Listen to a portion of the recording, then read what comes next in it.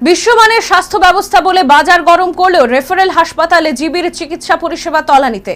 বক্তা সিপিএম রাজ্য নেতৃত্ব অমল চক্রবর্তী। সেই সাথে জিবির চিকিৎসা পরিষেবা উন্নয়নে উপযুক্ত পদক্ষেপ গ্রহণ না করলে সিপিএম বৃহত্তর আন্দোলন গড়ে তুলবে বলেও হুঁশিয়ারি দেন এদিন। রাজ্য জুড়ে সিপিএম স্থানীয় ইস্যুতে আন্দোলন গড়ে তোলার দিকে মনোনিবেশ করছেন। সংশ্লিষ্ট রণনীতির অঙ্গ হিসেবে বৃহস্পতিবার সিপিএম উত্তর আগরতলা অঞ্চল কমিটি রাজ্যের রেফারেল হাসপাতাল জিবি চিকিৎসা পরিষেবা নিয়ে সরব হয় এবং জিবি হাসপাতাল চত্বরের বাইরে র্যালি সংগঠিত করে।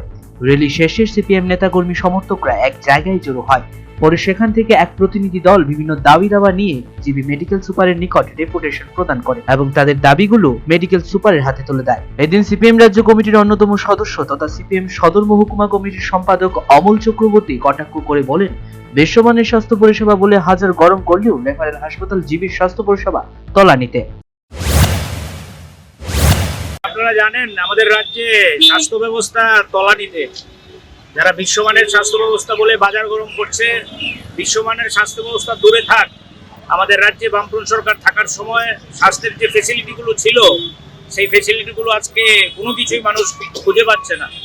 আমাদের রাজ্যের প্রধান রেফারেল হাসপাতাল জিবি অবস্থা শোচনীয়। আপনারা প্রতিদিন খবরের কাগজে বিভিন্ন নিউজ চ্যানেলে দেখছেন এই কি অবস্থা আমাদের এই জিবি হাসপাতালের মধ্যে। রোগীরা যারা আসছেন তাদেরকে ওষুধপত্র লিখলে তারা ওষুধ পাচ্ছেন না। সার্জিক্যাল যেখানে অপারেশন হয়, অপারেশনের যে সেলাই করা সুতো সেটা পর্যন্ত বাজার থেকে কিনে নিতে হয়। বাথরুমগুলোর অবস্থা ভয়ানক, জল পাওয়া যায় না, আগুন লেগে যাচ্ছে। এক কথায় একটা অভূতপূর্ব নৈরাজ্যের পরিবেশ এই রেফারেল হাসপাতাল জিবিতে। কিন্তু রাজ্যের যিনি স্বাস্থ্যমন্ত্রী তিনি আবার মুখ্যমন্ত্রী। অবাক করার মতো ঘটনা। একই সাথে এই বাম নেতা রাজ্যের স্বাস্থ্য কেন্দ্রগুলিতে চিকিৎসক সহ স্বাস্থ্যকর্মীর সংকট রয়েছে বলে দাবি করে। সেই সাথে রাজ্য সরকার যে নিয়োগ করেছে তা সিন্ধুতে বিন্দু বলেও কটাক্ষ করতে ছাড়েননি।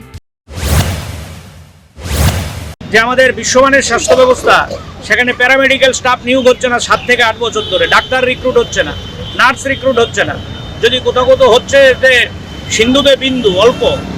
এই যে অবস্থা, এত শূন্যপদ কারা পূরণ করবে এই শূন্যপদগুলো?